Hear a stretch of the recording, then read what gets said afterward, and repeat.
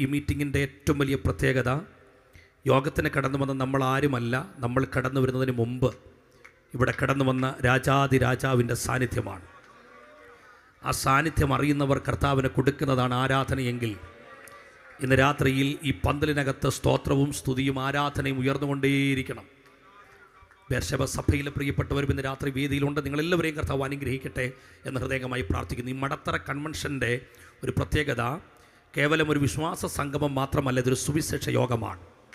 ദേശത്തു നിന്ന് അനേകർ ദൈവവചനം കേട്ടുകൊണ്ടിരിക്കുമ്പോൾ എനിക്ക് തോന്നുന്നു 3-ാമത്തെ പ്രാവശ്യമാണ് കൺവെൻഷനിൽ ഞാൻ ദൈവവചനം നിലമേൽ കൺവെൻഷനിൽ പ്രസംഗിക്കുന്നത്. ദേശത്ത് അനേകർ ദൈവവചനം കേൾക്കുമ്പോൾ ഇന്ന് രാത്രി നമ്മൾ ഒരുമിച്ചാണ് ശുശ്രൂഷിക്കാൻ പോകുന്നത്.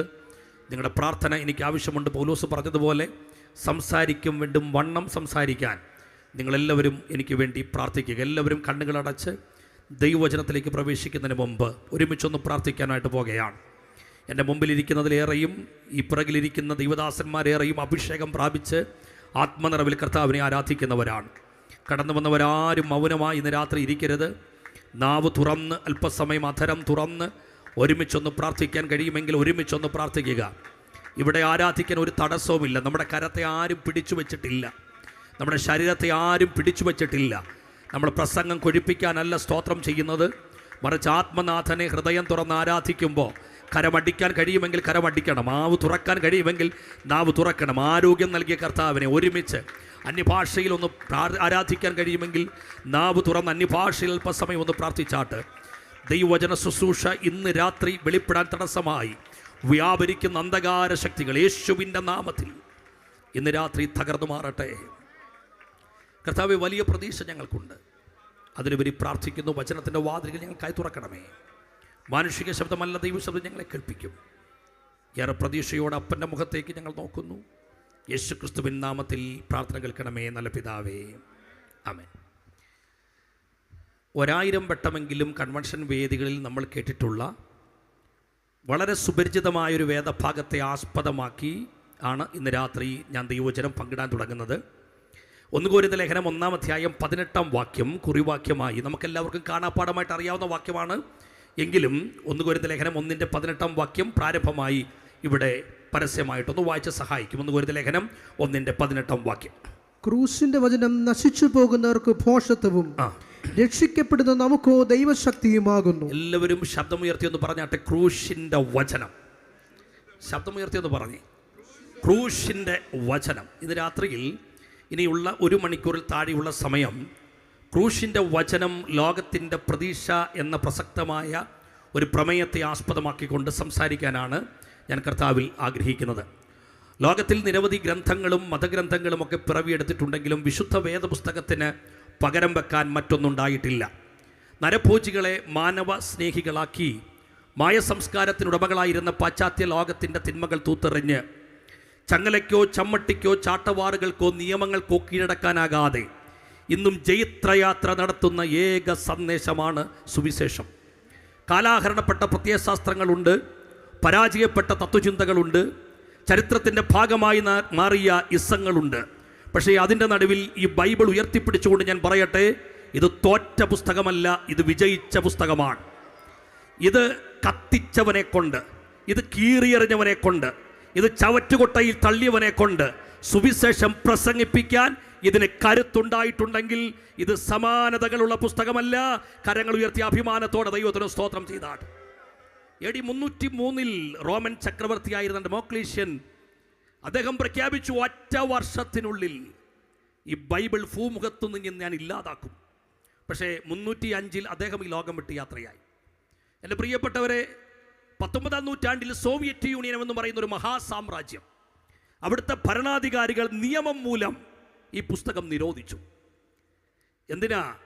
നമ്മുടെ നാട് തിരുവിതാംകൂറിൻ്റെ മഹാരാജാവായിരുന്ന മാർത്താണ്ഡവർമ്മ അദ്ദേഹം ദൈവവചനം വായിച്ചു എന്നുള്ള കാരണം കൊണ്ട് ദേവസഹായം ഉൾപ്പെടെയുള്ള സുവിശേഷകരെ ക്രൂര പീഡനത്തിലൂടെ കടത്തിവിട്ടു. എന്നാൽ ഇന്ന് രാത്രി അഭിമാനത്തോടെ ഞാൻ പറയട്ടെ, ഇരുമ്പ് പല്ലുകൊണ്ട് ഉലകം ചവച്ചരച്ച റോമൻ സാമ്രാജ്യം ഇന്നില്ല, ഡെമോക്ലീഷ്യൻ ഇന്നില്ല. മാർത്താണ്ഡവർമ്മ നാട് നീങ്ങി. തിരുവിതാംകൂർ മഹാരാജ്യം ചരിത്രത്തിൻ്റെ ഭാഗമായി. സോവിയറ്റ് യൂണിയൻ അസ്തമിച്ചു. എന്നാൽ 20 നൂറ്റാണ്ടുകൾ പിന്നിട്ട് ഈ 2026 ജനുവരി മാസം 23-ാം തീയതി ചരിത്രമുറങ്ങുന്ന ഈ മടത്തറയുടെ ഹൃദയഭാഗത്ത് നിന്നുകൊണ്ട് ഈ സുവിശേഷം ഇന്നും അഭിമാനത്തോടെ ഞാൻ പ്രസംഗിക്കുന്നുണ്ടെങ്കിൽ അതിൻ്റെ കാര്യമെന്തെന്നറിയാമോ? ഇത് മനുഷ്യൻ എഴുതി വെച്ചതായിരുന്നെങ്കിൽ ഇതെന്നേ തീർന്നുപോയേനെ. പക്ഷേ ആകാശം മാറിയാലും ഭൂമി മാറിയാലും എൻ്റെ വചനം മാറില്ല എന്ന് പറയുന്ന വചനത്തിൻ്റെ കരുത്താണ് ഈ ദൈവവചനത്തെ ബാക്കി നിർത്തിയിരിക്കുന്നത്. ഹല്ലേലൂയ.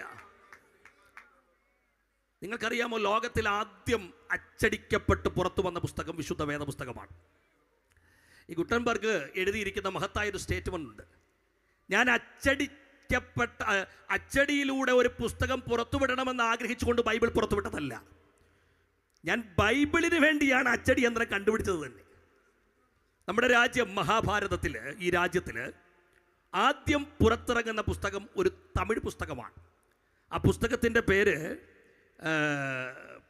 ഞാൻ വിട്ടുപോയി. എന്തായാലും തമ്പുരാൻ വണക്കം എന്ന് പറയുന്നൊരു പുസ്തകമാണ്. ഈ പുസ്തകം തമിഴ്നാട്ടിലല്ല അച്ചടിച്ചത്, തമിഴ് പുസ്തകമാണ്. തമിഴ്നാട്ടിലല്ല അച്ചടിച്ചത്, നമുക്ക് അഭിമാനിക്കാം. അത് അച്ചടിച്ചത് 1578 ഒക്ടോബർ 20 നമ്മുടെ കൊല്ലത്താണ്. നമ്മുടെ ദൈവത്തിൻ്റെ സ്വന്തം നാടെന്നറിയപ്പെടുന്ന കൊച്ചു കേരളം, കേരളത്തിലെ മലയാളത്തിൽ പുറത്തിറങ്ങിയ ആദ്യത്തെ പുസ്തകം സംക്ഷേപ വേദാർത്ഥം എന്ന് പറയുന്ന യേശുക്രിസ്തുവിനെ പ്രമേയമാക്കിക്കൊണ്ടുള്ളൊരു പുസ്തകമാണ്. ഇന്ന് ഏറ്റവും അധികം, അത് പഴയ കഥ മാത്രമല്ല പറയുന്നത്, ഇന്ന് 2026 ഇത് പ്രസംഗിക്കുമ്പോഴും ഏറ്റവും കൂടുതൽ അച്ചടിച്ച് പുറത്തിറക്കപ്പെടുന്ന പുസ്തകം ബൈബിളാണ്. ഏറ്റവും കൂടുതൽ ആളുകൾ വായിക്കുന്നത് ബൈബിളാണ്. ഇന്ന് ഏകദേശം 240 കോടി ജനത ഇന്ന് ഒരു ദിവസം ബൈബിൾ വായിച്ചു കഴിഞ്ഞു. എൻ്റെ പ്രിയപ്പെട്ടവരെ, ഏറ്റവും കൂടുതൽ പുസ്തകങ്ങൾ പുറത്തിറക്കുന്നത് ബൈബിളിനെ പ്രമേയമാക്കിക്കൊണ്ടാണ്. ഏറ്റവും കൂടുതൽ ആൾക്കാർ പ്രസംഗിക്കുന്നത് ബൈബിളിനെ കുറിച്ചാണ്. ഇന്ന് രാത്രി ഒന്നും കൂടെ അഭിമാനത്തോടെ ഞാൻ പറയാം, അത് കേൾക്കുമ്പോൾ സന്തോഷമുണ്ടെങ്കിൽ ദൈവത്തെ സ്തുതിക്കണം. ഏറ്റവും കൂടുതൽ അച്ചടിക്കുക മാത്രമല്ല, കഴിഞ്ഞ 20 നൂറ്റാണ്ടുകളിലായി ജനകോടികളെ ഇതുപോലെ സ്വാധീനിച്ച മറ്റൊരു ഗ്രന്ഥമില്ല എന്ന അഭിമാനത്തോടെ പറയുമ്പോൾ ഇന്ന് രാത്രി കരത്തിൽ ബൈബിളുള്ളവരെ കരമടിച്ച് ദൈവത്തിനൊന്ന് സ്തോത്രം ചെയ്യാം. 2025-24 ആണെന്നാണ് എൻ്റെ ചിന്ത. ഞാനിവിടെ കുപ്രസിദ്ധി ആർജിച്ച തിരുവനന്തപുരത്തെ ചെങ്കൽച്ചൂളയിലേക്കൊന്ന് പോയി. അപ്പോൾ അവരും ഒരു കൺവെൻഷനാണ്, അത്യാവശ്യം ഇത്രയൊക്കെ ആൾക്കാരുണ്ടെന്നാണ് എൻ്റെ ചിന്ത. ഞാൻ വേദിയിലിരിക്കുകയാണ്, പാസ്റ്റർ തൊട്ടപ്പുറത്തിരിക്കുകയാണ്. എന്നോട് ചോദിച്ചു, തൻ്റെ മുമ്പിലിരുന്ന് തോലക്കടിക്കുന്ന ചേട്ടനില്ലേ, കണ്ടോ അദ്ദേഹത്തെ? അറിയാവോ? ഞാൻ പറഞ്ഞ അറിയില്ല. അദ്ദേഹത്തിനെതിരെ 10-ലധികം ക്രിമിനൽ കേസുള്ള പുള്ളിയായിരുന്നു. തൊട്ടപ്പുറത്തിരിക്കുന്നില്ലേ ആ ചിഞ്ചിരിക്ക അടിക്കുന്ന ചേട്ടൻ, ആ പുള്ളിക്കാരൻ, ആ ചേട്ടന് കൊലപാതക കേസിലെ പ്രതിയായിട്ട് പൂജപ്പുര സെൻട്രൽ ജയിലിൽ അടയ്ക്കപ്പെട്ടയാളാണ്. ആ പുറകിൽ 4 പേര് നിരന്നിരിക്കുന്നില്ലേ, അവർ ഇവിടുത്തെ കൊട്ടേഷൻ സംഘത്തിലെ അംഗമായിരുന്നു. അപ്പോൾ ഇനി ഞാൻ ഓരോന്നോരോന്ന് പറഞ്ഞു വന്നപ്പോൾ ഞാൻ ചോദിച്ചു, നല്ല പരുവത്തിൽ ആരെങ്കിലും ഇവിടെ ഇരിപ്പുണ്ടോ? അപ്പം പാർഷനോട് പറഞ്ഞു, ഇപ്പോഴത്തെ കുറേ പിള്ളേരല്ല, അതെല്ലാം പോക്കായിരുന്നു. എന്നിട്ട് അദ്ദേഹം ഒരു ചരിത്രം പറഞ്ഞു. പോലീസ് വൃത്തങ്ങൾക്ക് കീഴടക്കാൻ കഴിയാതെ, ഇവിടുത്തെ നിയമവൃത്തങ്ങൾക്ക് കീഴടക്കാൻ കഴിയാതെ, ഇവിടുത്തെ മറ്റുള്ള ഗുണ്ടാ നേതാക്കന്മാർക്ക് കീഴടക്കാൻ കഴിയാതെ ഈ നാട് തലവേദനയായി മാറിയപ്പോൾ 25 വർഷം മുമ്പ് ബൈബിളുമായി ഒരു ഭക്തനായ ദൈവദാസൻ ചെങ്കൽച്ചൂളയിലേക്ക് കടന്നു വന്നു. അതോടെ ആ ദേശത്തിൻ്റെ ചരിത്രം മാറി. ഇന്ന് രാത്രി മടത്തറ കൺവെൻഷൻ്റെ 3-ാം രാത്രി ഈ സുവിശേഷം ഉയർത്തിപ്പിടിക്കുമ്പോൾ എൻ്റെ അഭിമാനം ഞാൻ പറയാം. ഇനി ആത്മഹത്യയുള്ള നാടിൻ്റെ പേരിൽ മടത്തറ അറിയപ്പെടില്ല. ഇനി കൊലപാതകത്തിൻ്റെ പേരിൽ ഈ നാട് അറിയപ്പെടില്ല. ഇനി ലൈംഗിക അരാജകത്വത്തിൻ്റെ പേരിൽ ഈ നാട് അറിയപ്പെടില്ല.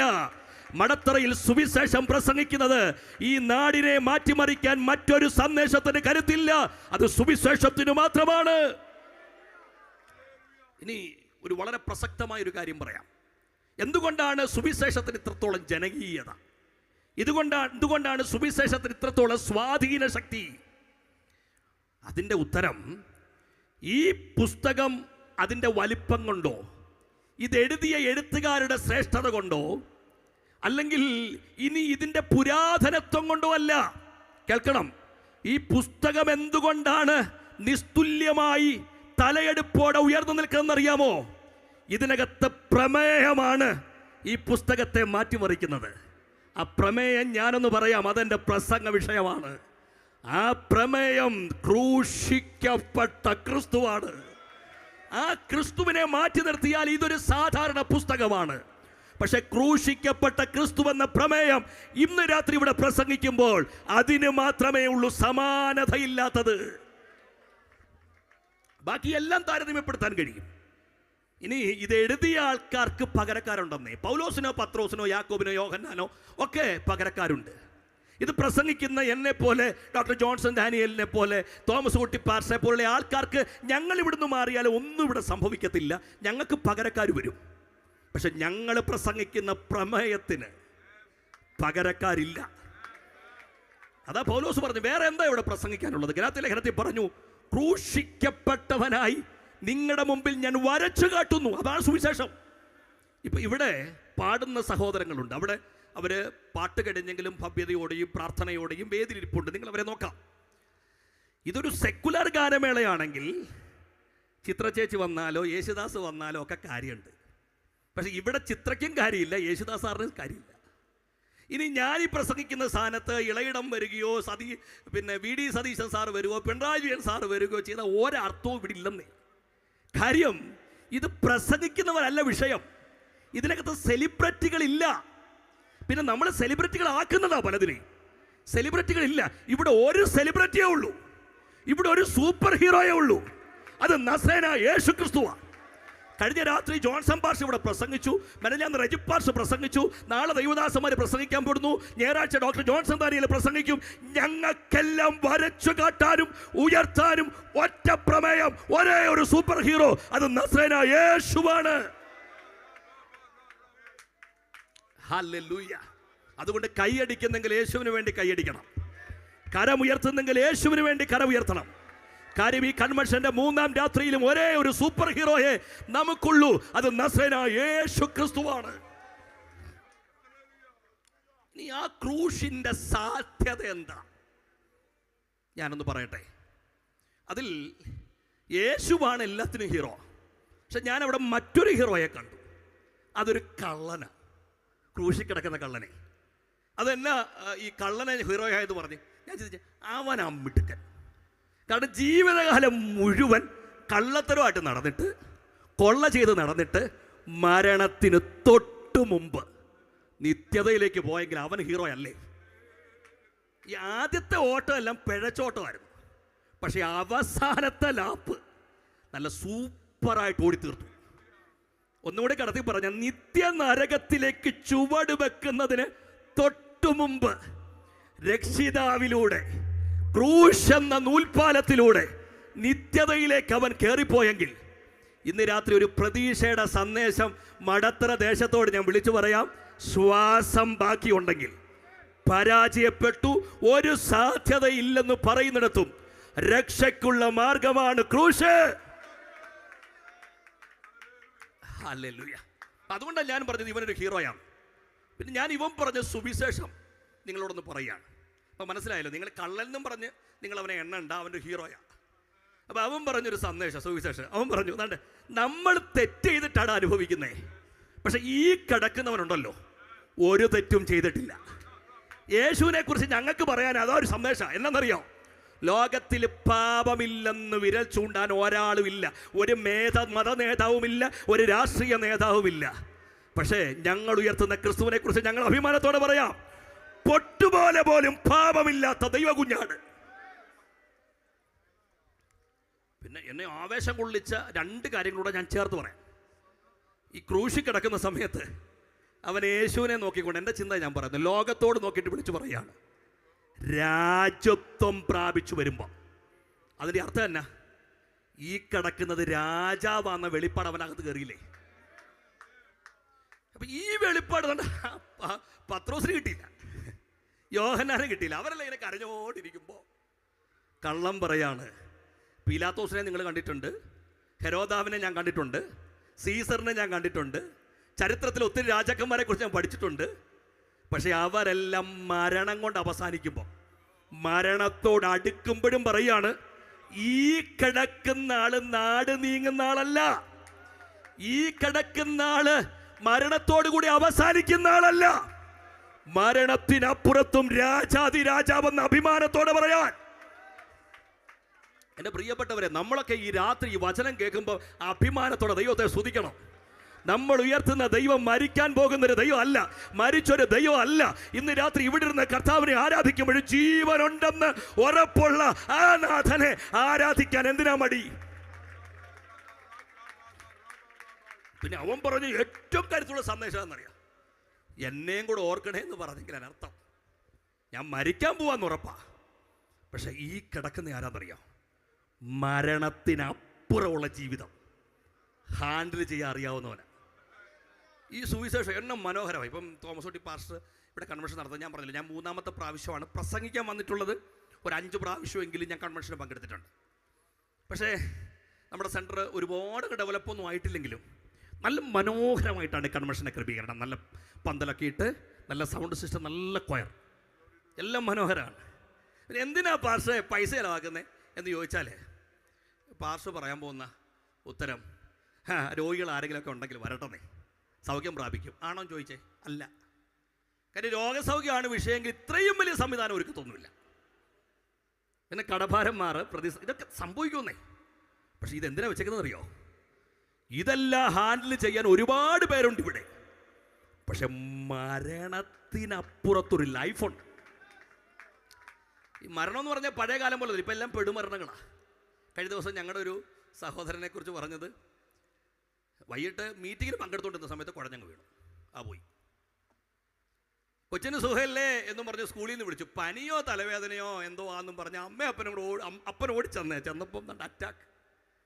8ാം ക്ലാസ്സിൽ പഠിക്കുന്ന കൊച്ചൻ, അത്രയൊക്കെ ഉള്ളൂ.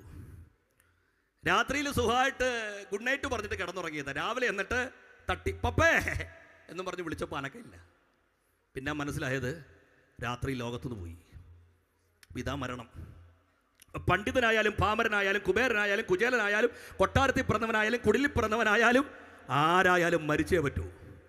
പക്ഷേ ഒരു കാലത്ത് മരണത്തിനപ്പുറത്തുള്ള ജീവിതത്തെക്കുറിച്ച് ഒരു വ്യക്തതയില്ലാതിരുന്ന് ജീവിച്ചിരുന്ന ഞങ്ങളുടെ ജീവിതത്തിലേക്ക് മരണത്തിനപ്പുറത്തൊരു നിത്യതയുണ്ടെന്ന് കാട്ടിത്തന്ന സുവിശേഷം ഇന്ന് രാത്രി മടത്തറ ദേശത്തും പ്രസംഗിച്ചിട്ട് ഞങ്ങൾ അഭിമാനത്തോടെ പറയുകയാണ്, സ്നേഹിത, ഇന്ന് രാത്രി നീ മരിച്ചാൽ മരണത്തിനപ്പുറത്തൊരു നിത്യതയുണ്ട്. അത് പ്രസംഗിക്കാനാണ് സുവിശേഷം ഇന്ന് രാത്രി ഇവിടെ പ്രസംഗിക്കുന്നത്. ആ കരമൊന്ന് ഉയർത്തി കർത്താവിനൊന്ന് സ്തോത്രം ചെയ്യാം.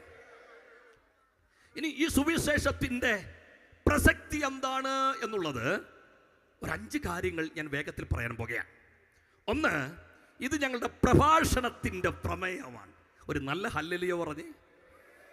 Praise the Lord. സുവിശേഷം, ക്രൂശിൻ്റെ വചനം എന്ന് പറയുന്നത് സുവിശേഷത്തിന് മറ്റൊരു പേരാ ക്രൂശിൻ്റെ വചനം. ക്രൂശിൽ കാണുന്നത് എൻ്റെ രക്ഷയുടെ ചരിത്രമാണ്. അല്ല, ക്രൂശിൽ കാണുന്നത് മടത്തറ ദേശത്തിൻ്റെ രക്ഷയുടെ ചരിത്രമാണ്. ഇനി ക്രൂശ് ഞങ്ങളുടെ അനുഭവമാണ്. 4, ക്രൂശ് ഞങ്ങളുടെ പ്രശംസയാണ്.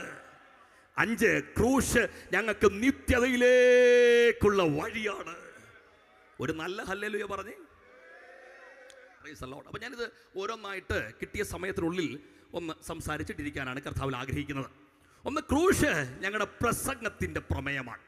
അപ്പം പൗലോസ് പറയുന്ന ഒരു മനോഹരമായ വാക്ക് ഇന്നും എൻ്റെ ഹൃദയത്തെ ഇളക്കി മറിച്ചൊരു വാക്കാണ്.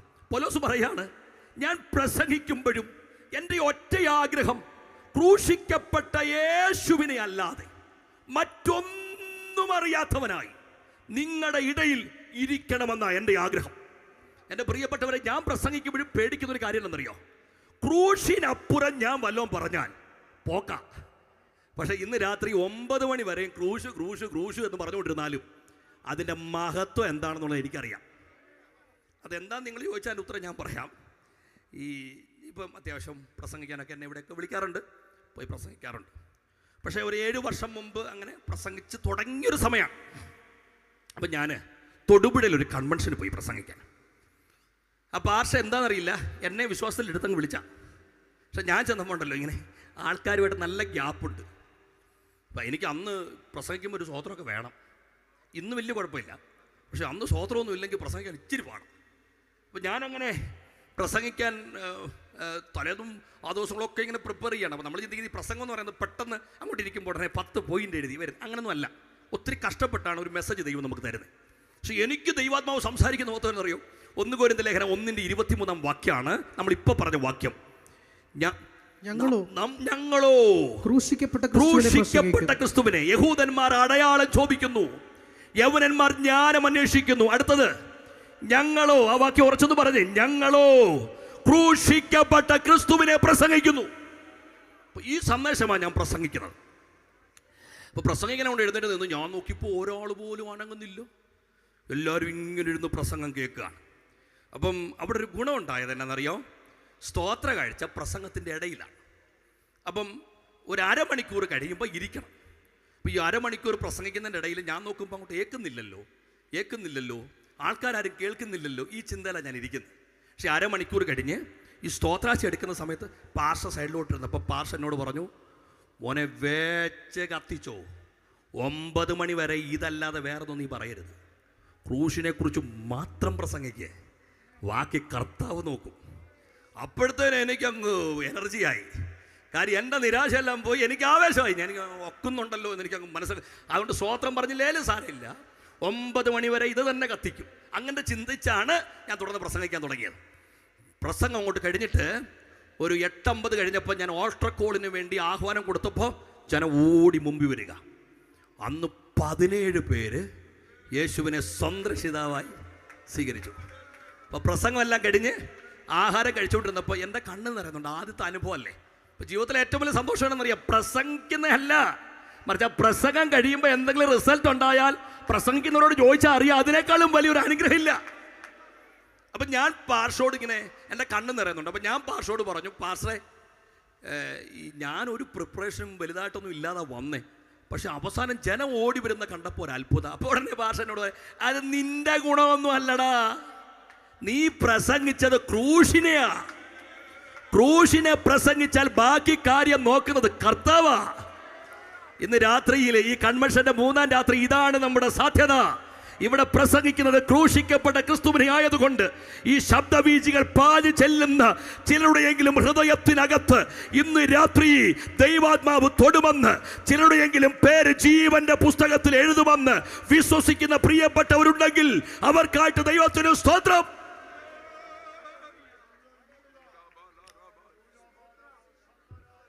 പിന്നെ ഇതിനകത്തൊരു സന്തോഷം എന്നറിയാം, ഈ പ്രസംഗിക്കുന്ന എവിടെ നിറയ്ക്കുക, ഈ നമ്മുടെ കൊരിന്തിൻ്റെ ഒരു അന്തരീക്ഷത്തിൽ പറയാം, തത്വചിന്തകളുടെ ഈറ്റില്ലമായിരുന്ന, വാണിജ്യത്തിനും മതത്തിനും പേരുകേട്ട അരിസ്റ്റോട്ടിലും പ്ലേറ്റോയും സോക്രട്ടീസും ഒക്കെ അരങ്ങുമാണ് നാട്ടിൽ ചെന്ന് സുവിശേഷം പ്രസംഗിച്ചപ്പോൾ ഇത് കൊടുങ്കാറ്റ് പോലാണ് ജനത്തിൻ്റെ ഹൃദയത്തിനകത്തോട് കയറിയത്. ഇവർ ചിന്തിക്കുകയാണ്, എടാ സോക്രട്ടീസും അരിസ്റ്റോട്ടിലും പ്ലേറ്റോയൊക്കെ അരങ്ങ് തകർത്തെങ്കിലും അവരുടെ ചിന്താധാരകളെ തൊടാനേ അവർക്ക് പറ്റിയുള്ളൂ. ദേ ഇത് സുവിശേഷം പ്രസംഗിക്കുമ്പം ജനത്തിന്റെ ഹൃദയത്തെ തൊടുന്നേ. അപ്പൊ ജനം വിടുവിക്കപ്പെടുന്നു, ജനം സൗഖ്യം പ്രാപിക്കുന്നു. അതിനേക്കാളും വലിയ അത്ഭുതം എന്നാണെന്നറിയോ, ഈ അരിസ്റ്റോട്ടിലും സോക്രട്ടീസും പ്ലേറ്റോയും ഒക്കെ എണ്ണോ വിദ്യാഭ്യാസം ഉള്ളവരാ. പക്ഷെ ഈ പ്രസംഗിക്കുന്ന പുള്ളികളോ സ്കൂളിൻ്റെ വരാന്ത പോലും കണ്ടിട്ടില്ലാത്തവർ, നെയ്ത്തുകാർ, സാധാരണക്കാർ. എനിക്കൊന്ന് കഴിഞ്ഞ ദിവസം ജോൺസൺ പാസ്റ്റർ പറഞ്ഞ പോലെ എനിക്കൊന്ന് തോന്നുന്നു, ഞാൻ ഇടയ്ക്ക് ലൈവ് കണ്ടപ്പോൾ. പക്ഷേ ഇവർ വന്ന് പ്രസംഗിക്കുന്നത് പൊട്ടത്തരല്ല, മണ്ടത്തരല്ല, ഇതിനേക്കാളും മേളിൽ നിൽക്കും ഇവരുടെ സന്ദേശം. ഇതങ്ങോട്ട് പ്രസംഗിക്കുമ്പോൾ ജനഹൃദയത്തെ പിടിക്കുക, പട്ടണത്തെ പിടിച്ചു കുലുക്കുക. ഇന്ന് രാത്രി ദൈവദാസന്മാരോട് ഞാൻ പറയട്ടെ, നമ്മൾ എന്തോ ഭാഗ്യമുള്ളവരാണെന്നറിയാം. ഈ മർമ്മം പ്രസ്താവിക്കാൻ നമുക്ക് ദൈവം ഭാഗ്യം നൽകിയില്ലേ. ലോകത്തിലെ സെക്കുലർ പ്രഭാഷണം പോലല്ല, മനുഷ്യന്റെ ഹൃദയത്തെ പിടിക്കാൻ കരുത്തുള്ള സുവിശേഷം ഇന്ന് രാത്രി പ്രസംഗിക്കാൻ ബലഹീനരായ നമുക്ക് ദൈവം ഭാഗ്യം നൽകിയത് ഓർക്കുമ്പോൾ ആ കരമടിച്ച് ദൈവദാസന്മാരെങ്കിലും ദൈവത്തിനൊന്ന് സ്തോത്രം ചെയ്യണം.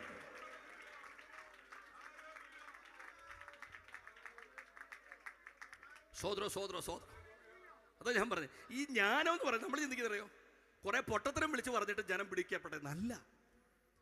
കൊരിന്ത്യൻ പട്ടണത്തെ ഇളക്കി മറിച്ചു കളഞ്ഞു.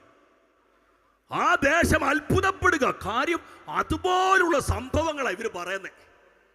ഞാൻ ആ വാക്യം മാത്രം ഒന്ന് വായിക്കാം. ഇവിടെ എഴുതി കൊടുത്തൊന്നും എനിക്കറിയില്ല. 1 കൊരിന്ത്യർ ലേഖനം 2-ാം അധ്യായം അതിൻ്റെ 6-7 വാക്യങ്ങളിൽ നശിച്ചു പോകുന്നവരായി ലോകത്തിൻ്റെ പ്രഭുക്കന്മാരുടെ ജ്ഞാനമല്ല. അടുത്ത വാക്യം ഞാനൊന്ന് വായിക്കുകയാണ്, നിങ്ങൾ നോക്കണേ. ദൈവം ലോക സൃഷ്ടിക്ക് മുമ്പേ നമ്മുടെ തേജസ്സിനായി മുൻ നിയമിച്ചത് മറഞ്ഞിരുന്ന ദൈവത്തിൻ്റെ ജ്ഞാനം മർമ്മമായി പ്രസ്താവിക്കുമ്പോൾ 9-ാം വാക്യം, ദൈവം തന്നെ സ്നേഹിക്കുന്നവർക്ക്, അത് ലോകത്തിൻ്റെ നന്മയല്ല കേട്ടോ, ഈ മർമ്മം, ഈ വെളിപ്പാട് അകത്ത് കിട്ടിയവനെ കുറിച്ച് പറയുക, അവൻ സാധാരണക്കാരനല്ലെന്ന്. ശ്രദ്ധിക്കണം, അത് ദൈവദാസന്മാരൊന്നുമില്ല, വിശ്വാസികളൊന്നുമില്ല. ഈ വചനത്തിൻ്റെ വെളിപ്പാട് കിട്ടുന്നെങ്കിൽ 4 സ്വത്രം അധികം പറഞ്ഞോണം. നിനക്ക് വചനത്തിൻ്റെ വെളിപ്പാട് കിട്ടിയാൽ നീ തൊട്ടാൽ സൗഖ്യം വ്യാപരിച്ചിരിക്കും. അത് ദൈവദാസന്മാരെന്നില്ല, കുഞ്ഞുങ്ങളെന്നില്ല, യൗവനക്കാരെന്നില്ല, സഹോദരങ്ങളെന്നില്ല, ദൈവശക്തി വ്യാപരിച്ചിരിക്കും. അതല്ലേ പത്രോസ് എല്ലാവരും കൂടെ ഇങ്ങനെ നിൽക്കുമ്പോൾ കർത്താവ് ചോദിച്ചു, ജനങ്ങൾ എന്നെ ആരെന്ന് പറയുന്നു, അവരങ്ങനെ പറയുന്നു, ഇങ്ങനെ പറയുന്നു എന്നൊക്കെ പറഞ്ഞപ്പോൾ കർത്താവ് പറഞ്ഞു, അത് അവിടെ നിൽക്കണം, നാട്ടുകാരൻ്റെ വെളിപ്പാടല്ലേ അത്, പക്ഷേ നിങ്ങളെന്നെ എന്താ പറയുന്നത്? അപ്പം യോഹന്നാൻ കർത്താവിൻ്റെ മാർവോട് ചേർന്നിരിക്കുന്ന പുള്ളിയാണ്, പുള്ളിക്കൊന്നും പറയില്ല. പിന്നെ പണസഞ്ചിയായിട്ട് നടന്നൊരു പുള്ളി ഉണ്ടായിരുന്നു, യൂദ. പുള്ളി അതുവഴി അങ്ങ് പോയി. പക്ഷെ പത്രോസ് മുമ്പോട്ട് വന്നിട്ട് പറഞ്ഞു, ഞാൻ പറയും, അങ്ങേ ജീവനുള്ള ദൈവത്തിൻ്റെ പുത്രനായ ക്രിസ്തുവിന് ഒരു വാക്ക് പറയാനാ. എന്നാ അറിയോ? കർത്താവ് പറഞ്ഞു, ഇത് പഠിച്ചതല്ലടാ നീ, ഇത് വെളിപ്പാടാ. എന്നിട്ട് പറഞ്ഞു, ഈ വെളിപ്പാട് കിട്ടിയവനെ നോക്കിയിട്ട് പറയാണ്, നീ അഴിച്ചാൽ അഴിയും, നീ കെട്ടിയാൽ കെട്ടും, നീ കൽപ്പിച്ചാൽ അത് സംഭവിക്കും. അർത്ഥം മനസ്സിലായോ? കേവലം പ്രസംഗം ഉണ്ടാക്കി പ്രസംഗിക്കുന്ന പ്രസംഗത്തെക്കുറിച്ചല്ല പറയുന്നത്. വചനത്തിൻ്റെ വെളിപ്പാടുള്ളവൻ എഴുന്നേറ്റ് നിന്നാൽ, അത് സഹോദരങ്ങളാകട്ടെ കുഞ്ഞുങ്ങളാകട്ടെ ഏറ്റെടുക്കുന്നവർ ഇന്ന് രാത്രി ഏറ്റെടുത്തോ. അത് കേവലം പ്രസംഗമായി തീരില്ല. ഇന്ന് രാത്രി പറഞ്ഞുകൊണ്ടിരിക്കുമ്പോൾ തന്നെ ദൈവപ്രവൃത്തി അധികാരത്തോടെ ഈ പന്തലിനകത്ത് വ്യാപരിക്കുന്നുണ്ടെന്ന് ആത്മാവിൽ വിശ്വസിക്കുന്ന പ്രിയപ്പെട്ടവരുണ്ടെങ്കിൽ നാവ് തുറന്ന് അല്പസമയം ദൈവത്തെ ആരാധിച്ചോ. കാരണം ഇവിടെ ഉയർത്തുന്നത് ആ വെളിപ്പാടാ. ഇത് കേവലം പ്രസംഗമല്ല. വചനത്തിന്റെ വെളിപ്പാട് ഇന്ന് രാത്രി വിളിച്ചു പറയുമ്പോൾ അത് സൗഖ്യമായി വ്യാപരിക്കുമെന്ന് വിശ്വസിക്കുന്നവർക്കായിട്ട് ദൈവത്തിന് സ്തോത്രം.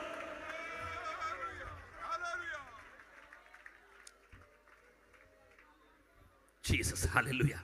അപ്പോൾ ഞാൻ അത്രയും പറഞ്ഞ ആ ഭാഗം അവസാനിപ്പിക്കുകയാണ്. പൗലോസ് പറയാണ്, ഇത് കേവലം പ്രസംഗമല്ല, ഞങ്ങളുടെ പ്രഭാഷണത്തിൻ്റെ പ്രമേയം ക്രൂശിക്കപ്പെട്ട ക്രിസ്തുവാണ്. ഇനി 2, നോക്കിയേ, ആ കാൽവറിയിലേക്ക് നിങ്ങൾ കണ്ണുകളെ ഒന്ന് ഉയർത്തണം. അവിടെ കാണുന്നത് 2000 വർഷങ്ങൾക്ക് മുമ്പ് നടന്ന ഒരു ക്രൂര മരണം അല്ല. അത് നീതിമാനായ ഒരു മനുഷ്യൻ സത്യത്തിനു വേണ്ടി നിന്നതുകൊണ്ട് രക്തസാക്ഷിയായതല്ല, മറിച്ച് അത് എനിക്ക് പകരം തൂങ്ങിയതാണ്. അവിടെ കിടക്കേണ്ടത് ഞാനാ, എനിക്ക് പകരം എൻ്റെ കർത്താവ് മരിച്ചു. എൻ്റെ പ്രിയപ്പെട്ടവരെ, 2 വാക്യങ്ങൾ ഒന്ന് വായിക്കാൻ പറ്റുമെങ്കിൽ വായിക്കണം. മത്തായി സുവിശേഷം 20-ാം അധ്യായം 28-ാം വാക്യം. അവിടെ എഴുതിയിരിക്കുന്നത് മറുവിലയായി കൊടുത്തു. ഞാനങ്ങ് വായിച്ചു പറഞ്ഞോളാം. ശുശ്രൂഷ ചെയ്യിപ്പാനല്ല, ശുശ്രൂഷിപ്പാനും അനേകർക്ക് വേണ്ടി തന്റെ ജീവനെ മറുവിലയായി കൊടുക്കാനാണ്. ഇനി മർക്കോസ് 10:48 തോന്നുന്നു. ആ വാക്യം ഞാൻ വായിപ്പിക്കുന്നില്ല, അതും സെയിം അത് തന്നെയാണ്. ഡിഫറൻസ് ഉണ്ടെങ്കിൽ ഞാൻ പിന്നീട് പറയാം. അപ്പം ഈ 2 വാക്യം ഒരുപോലെ, അനേകർക്ക് വേണ്ടി മറുവിലയായിട്ട്. പക്ഷേ 1 തിമോഥെയോസിന്റെ ലേഖനം 2-ാം അധ്യായം 6-ാം വാക്യത്തിൽ എഴുതിയിരിക്കുന്ന അനേകർക്ക് വേണ്ടി എന്നല്ല, എല്ലാവർക്കും വേണ്ടി മറുവിലയായി കൊടുത്ത ദൈവപുത്രൻ. എൻ്റെ പ്രിയപ്പെട്ടവരെ, ഇതെന്തുകൊണ്ടാണെന്ന് അറിയാമോ? ഇത്രയും ഉയരത്തിൽ കൊണ്ടുവന്ന് യോഗം വെച്ചിട്ട് നാട്ടുകാരോട് മുമ്പ് മൊത്തം വിളിച്ചു പറയുന്നത് ഇതൊരു മതത്തിന് വേണ്ടിയുള്ള സന്ദേശമല്ല, മടത്തര ദേശത്തിനു വേണ്ടി ജീവൻ കൊടുത്ത രക്ഷയുടെ ചരിത്രമാണ് ക്രൂശിന്റെ വചനം.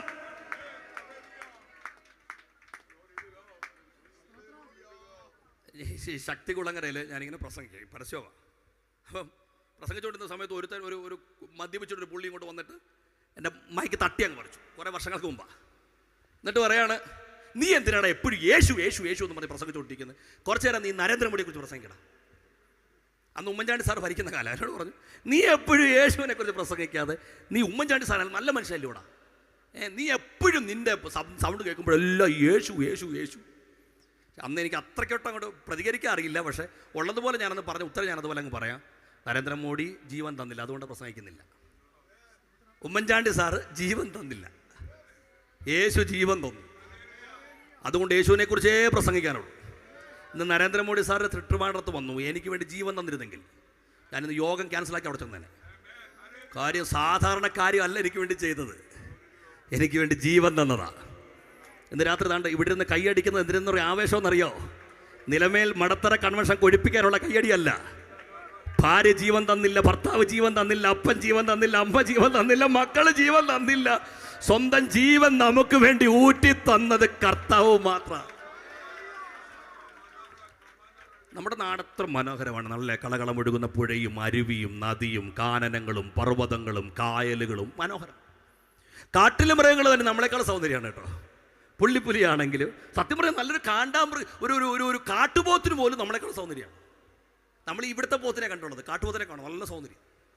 പിന്നെ ആകാശത്തിലൂടെ പറക്കുന്ന പറവകൾ, പാടുന്നത്, പൂകുന്നത്, ആടുന്നത്, ഇതിൻ്റെ അങ്ങനെ അയലത്ത് നമ്മൾ വരുമോ? ഒരു സിംഹത്തിൻ്റെയോ കരടിയുടെയോ പുലിയുടെയോ എങ്ങാനും ബലത്തിൻ്റെ പകുതി ബലമുള്ളവർ ഇതിനകത്തിരിപ്പുണ്ട്. എൻ്റെ പ്രിയപ്പെട്ടവരെ, നമുക്ക് ഇതിനുള്ള ആനയെ പോലെ ജിറാഫിനെ പോലെ കണ്ട് നമുക്ക് വലിപ്പമുണ്ടോ? പക്ഷേ എന്നെ അത്ഭുതപ്പെടുത്തിയൊരു കാര്യം എന്നറിയോ? ഇതൊക്കെ ഇത്രയും മനോഹരമാണെങ്കിലും ഇത്രയും കരുത്തുള്ളതാണെങ്കിലും സൃഷ്ടാവ് ഭൂമിയിലേക്ക് ഇറങ്ങി വന്നത് എനിക്ക് വേണ്ടിയാണ്. ഇതിനു വേണ്ടി ഒന്നും വന്നില്ല. എനിക്ക് അതൊരത്ഭുതമല്ലേ? ഇതെല്ലാം കണ്ട് ഈ പർവ്വതങ്ങൾ, ഈ ഹിമാലയം പോലും ദൈവം നിർമ്മിച്ചത് എങ്ങനെയെന്നറിയാം? തൻ്റെ വാക്കുണ്ട്. ഉണ്ടാകട്ടെ എന്ന് പറഞ്ഞപ്പോൾ ഇതെല്ലാം ഉണ്ടായി. പക്ഷെ ഉണ്ടാകട്ടെ എന്ന് പറഞ്ഞപ്പോൾ ഉണ്ടായി വന്നിരിക്കുന്നതല്ല ഇത്. ഇതിന് വില കൊടുത്തതാണ്. സ്വർഗമഹിമകളെ വെടിഞ്ഞ് ഇറങ്ങി വന്നിട്ട് നമ്മെ കൈകൊണ്ട് മടഞ്ഞതാണ്. ഇനി അതിലും അഭിമാനം. ദൂതൻ തെറ്റ് ചെയ്തപ്പോൾ ആദരിച്ചില്ല, പക്ഷെ നമ്മൾ പാപം ചെയ്തപ്പോൾ സ്വർഗത്തിലിരുന്നു കൊണ്ട് വീണ്ടെടുപ്പുണ്ടാകട്ടെ എന്ന് കർത്താവ് കൽപ്പിച്ചതല്ല. നമ്മെ വീണ്ടെടുക്കാൻ വേണ്ടി 2000 വർഷങ്ങൾക്ക് മുമ്പ് ഇസ്രായേലിൻ്റെ പച്ച മണ്ണിൽ എൻ്റെ കർത്താവ് ഇറങ്ങി വന്നു. അതൊരു മഹാത്ഭുതമല്ലേ? മടത്തറ ദേശമേ, അങ്ങനെ വന്നത് യേശുവേ ഉള്ളത് കൊണ്ട് ഞങ്ങൾ അഭിമാനത്തോടെ പറയാണ്, മറ്റൊരുത്തരിലും രക്ഷയില്ല. ആകാശത്തിൻ്റെ കീഴിൽ മനുഷ്യൻ്റെ ഇടയിൽ മടത്തറ ദേശത്തിനും രക്ഷയ്ക്കുള്ള ഏകനാമം യേശുവിൻ്റെ നാമമാണ് എന്ന അഭിമാനമുള്ളവർ ആ കരമൊന്ന് അടിച്ച് ദൈവത്തിന് സ്തോത്രം ചെയ്തേ. അപ്പൊ ഇറങ്ങി വന്നു എനിക്ക് വേണ്ടി. ഇനി ഞാൻ ചോദിച്ചോട്ടെ, നമ്മളെ കൈകൊണ്ടാ നിർമ്മിച്ചേ, പക്ഷെ ഇത് കണ്ടവരാരെങ്കിലും ഉണ്ടെങ്കിൽ ഇത് കൈവക്കി ഒന്ന് കാണാൻ ആരുമില്ല. നമ്മൾ വീണ്ടെടുപ്പിനെ കുറിച്ച് പറയാറുണ്ട്. നമ്മളെ വീണ്ടെടുത്തു, വാക്കുകൊണ്ടൊന്നുമല്ല, വില കൊടുത്തു, അതും അവസാനത്തുള്ളി രക്തം വരെ ഊറ്റി. പക്ഷെ അത് കണ്ണാലെ കണ്ടേ ആരെങ്കിലും ഉണ്ടെങ്കിൽ ഒന്ന് കരം ഉയർത്തി, അതുമില്ല. പക്ഷെ നിങ്ങളുടെ നിരാശയുള്ള മുഖം മാറാനൊരു സന്തോഷ വാർത്ത പറയാം. ഇനിയൊരു ഇറങ്ങി വരവുണ്ട്. പക്ഷെ അത് പാപമില്ലാത്ത തൻ്റെ ഭക്തരെ ചേർക്കാനാണ്. അത് നമ്മൾ പുസ്തകം വായിച്ചറിയാൻ പോവല്ല, അന്യനല്ല, നമ്മുടെ സ്വന്തം കണ്ണുകൊണ്ട് നമ്മളാ കാണും. ആ പ്രത്യാശയുള്ളവർക്കായിട്ട് ദൈവത്തിന് സ്തോത്രം. അപ്പം ഞാൻ കുറേ വർഷങ്ങളൊക്കെ ഈ നോർത്ത് ഇന്ത്യയിൽ പ്രവർത്തിക്കാനൊക്കെയുള്ള ഭാഗ്യം കിട്ടിയിട്ടുണ്ട്. ഇപ്പോഴും പപ്പ അവിടെ ആയിരുന്നുകൊണ്ട് കുറച്ച് കണക്ഷനുണ്ട്. ഇപ്പോൾ എനിക്ക് അവിടെ ചിലപ്പോൾ ഈ ഹിന്ദി പാട്ടുകൾ ഭയങ്കര ഇഷ്ടമാണ്. പക്ഷേ അവരിങ്ങനെ സ്നാനത്തിന് പോകുമ്പോഴേ, പിന്നെ ക്രിസ്മസിൻ്റെ ടൈമിൽ, പിന്നെ ചർച്ചിനകത്ത് ലോർഡ് സപ്പർ കഴിയുമ്പോൾ ഒക്കെ അവർ മിക്കവാറും പാടുന്നൊരു പാട്ടുണ്ട്. എനിക്ക് പാടാൻ അറിയാത്തതുകൊണ്ട് ഞാൻ പാടുന്നില്ല, ഞാൻ പറയാം. അവർ പറയും, മേരെ ലിയെ ആയ മേരെ ലിയെ ജിയ മേരെ ലിയെ യീശുനെ ദുഃഖ ഉഠായ. എനിക്ക് വേണ്ടി വന്നു, എനിക്ക് വേണ്ടി ജീവിച്ചു, എനിക്ക് വേണ്ടി ദുഃഖം സഹിച്ചു. മേരെ ലിയെ മാരാ ഗയ മേരെ ലിയെ ഗാഡാ എന്ന് പറഞ്ഞാൽ യേശു എനിക്ക് വേണ്ടി മരിച്ചു, എനിക്ക് വേണ്ടി അടക്കപ്പെട്ടു. എന്നിട്ട് പിന്നെ ഒരു ആവേശത്തോടെ തുള്ളിച്ചാടിയാ പറയുന്നേ, ഫിർജി ഉഠാ മേരാ മസീ, യേശു എനിക്ക് വേണ്ടി ഉയർത്തെഴുന്നേറ്റെന്ന്. എന്നിട്ട് തുള്ളിച്ചാടിയാ പറയുന്നേ, ഖുഷി ഖുഷി മനാവോ ഖുഷി ഖുഷി മനാവോ ഖുഷി ഖുഷി മനാവോ ഖുഷി ഖുഷി മനാവോ ബോലോ ബോലോ മസീഹാ കി ജയ.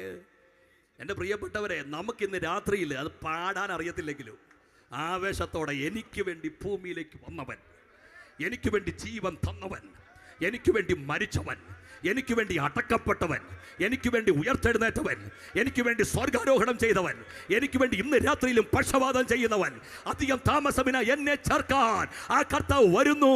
ഞാൻ അവനുള്ളവനാണ്, അവൻ എനിക്കുള്ളവനാണ് എന്ന ആവേശമാകത്തുണ്ടെങ്കിൽ ഇന്ന് രാത്രി ആ കരമൊന്നടിച്ച് അധരങ്ങൾ തുറന്ന് അല്പസമയം ദൈവത്തിനൊന്ന് സ്തോത്രം ചെയ്യോ.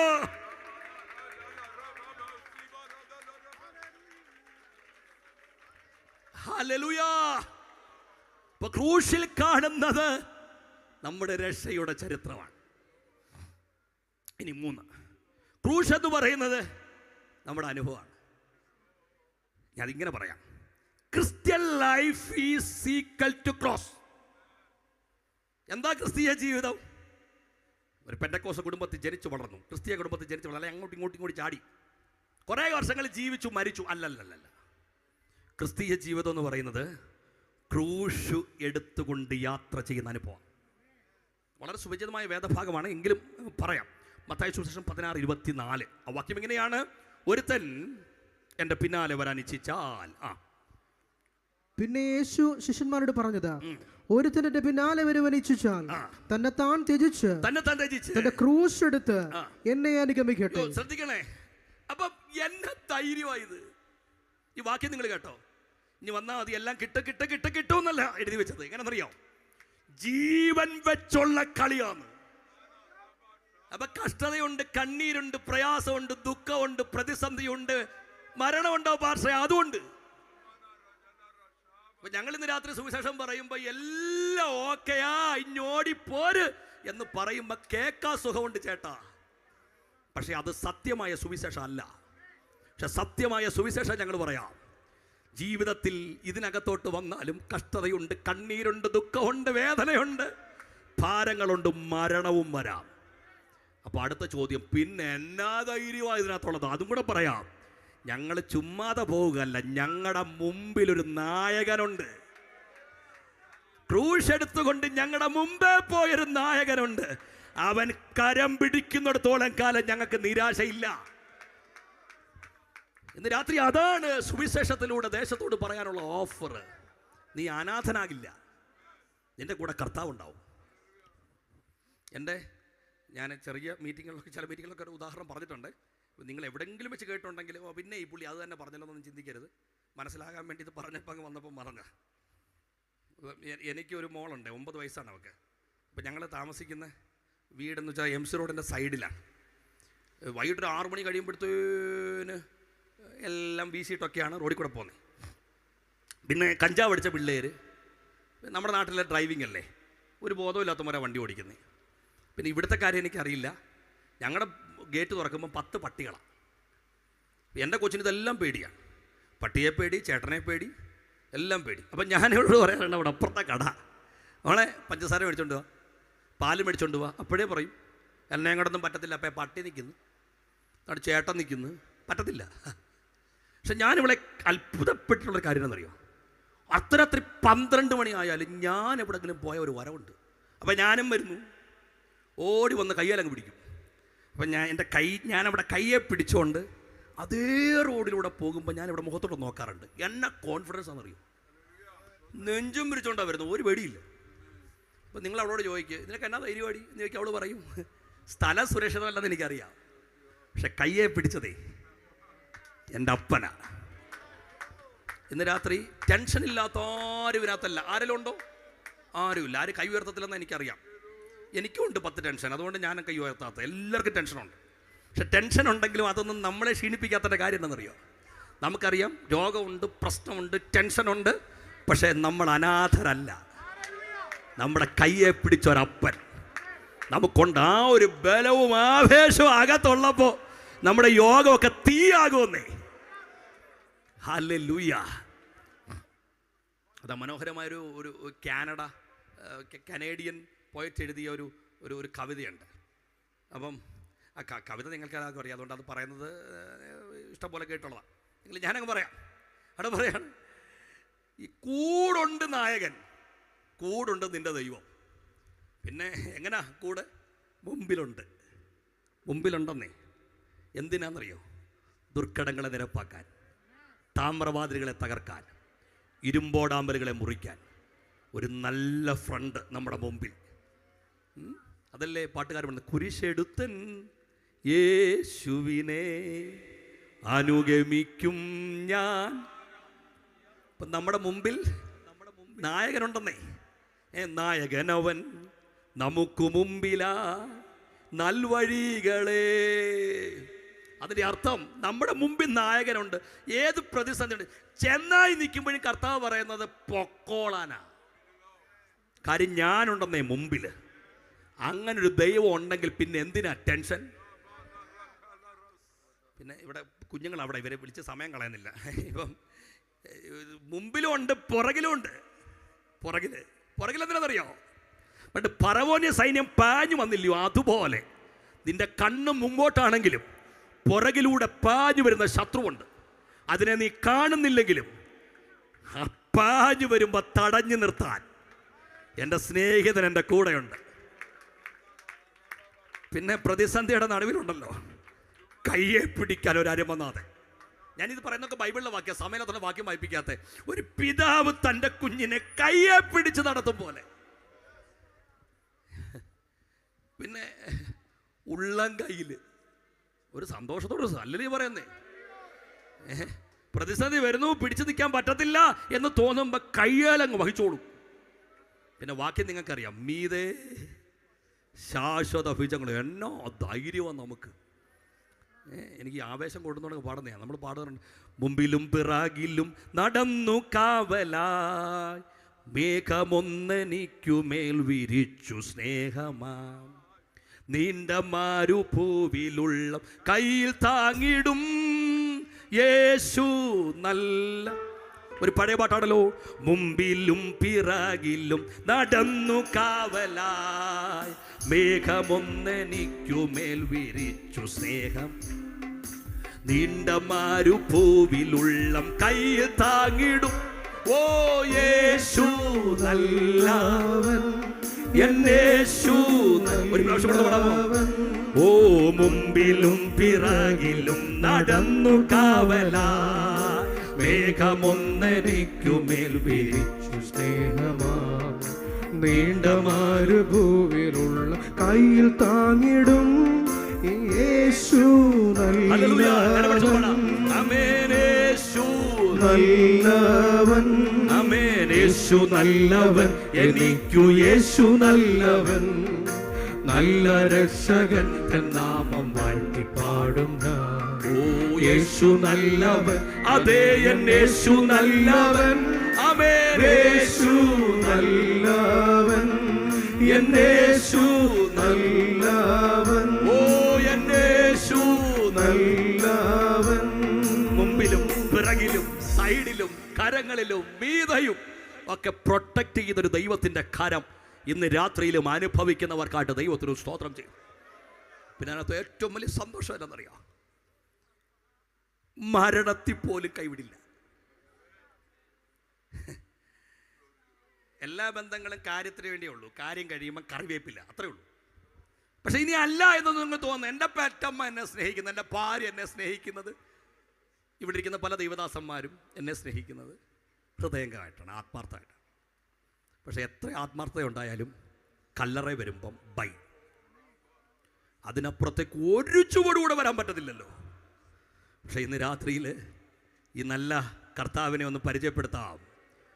മരണം കൊണ്ടുപോലും കൈവിടാതെ, ചതിക്കാതെ വഞ്ചിക്കാതെ നിത്യതയോളം കരം പിടിച്ച് നടത്താം. അതുകൊണ്ടല്ലേ മരണത്തിന് പോലും പേടിക്കാതെ ഭക്തന്മാർ തൻ്റെ ഇടത്തോടെ കർത്താവിന് വേണ്ടി നിന്നത്. നമ്മുടെ കരമൊന്ന് ഉയർത്തി കർത്താവിന് സ്തോത്രം ചെയ്യാമോ? അപ്പോൾ ക്രൂശ് എന്ന് പറയുന്നത് ഒരനുഭവമാണ്. പിന്നെ ഒരു കാര്യം കൂടെ ഒരു വ്യക്തതയ്ക്ക് വേണ്ടി പറയാണ്. നമ്മൾ ക്രൂശ് എന്ന് പറയുന്നത് ചിഹ്നമായിട്ട് കാണരുത്. അത് ബിബ്ലിക്കലുമല്ല, ചിഹ്നമല്ല. ക്രൂശ് എന്ന് പറയുന്നത് ഇറ്റ് ഈസ് ആൻ എക്സ്പീരിയൻസ്, അനുഭവമാണ്.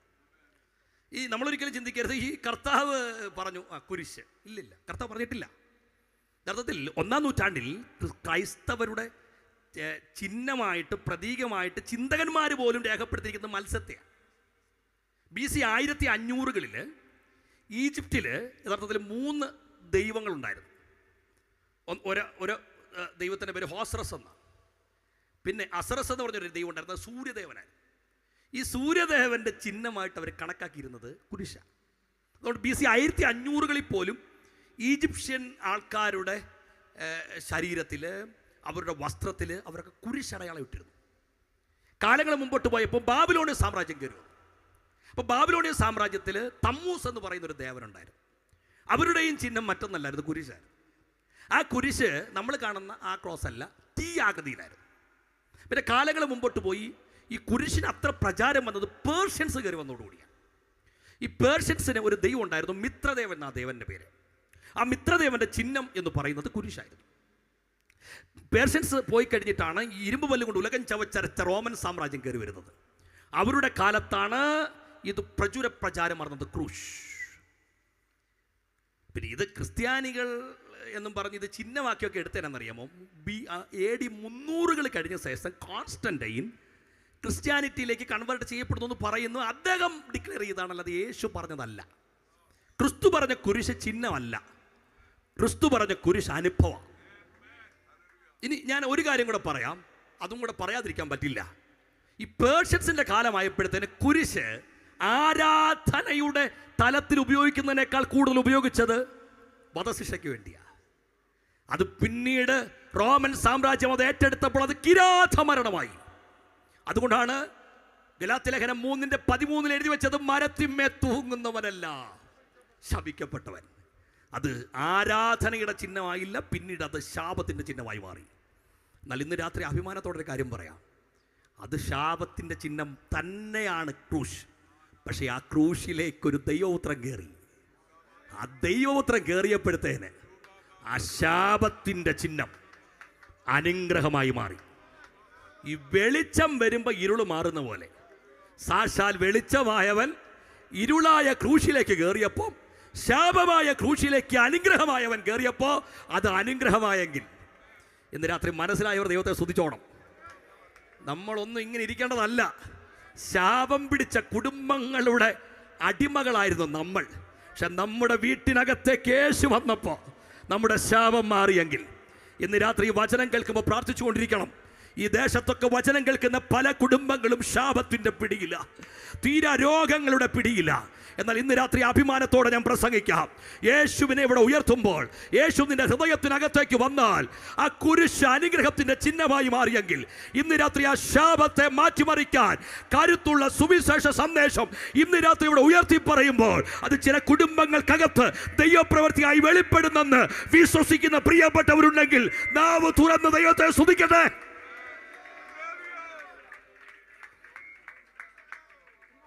Jesus, hallelujah, hallelujah, hallelujah.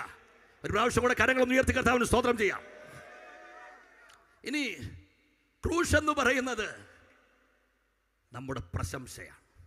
പൗലോസ് ഗലാത്യലേഖനം 6:14 പറയുന്നു, നമുക്കോ കർത്താവായ യേശു ക്രിസ്തുവിന്റെ ക്രൂശിലല്ലാതെ പ്രശംസിപ്പാൻ ഇടവരരുത്.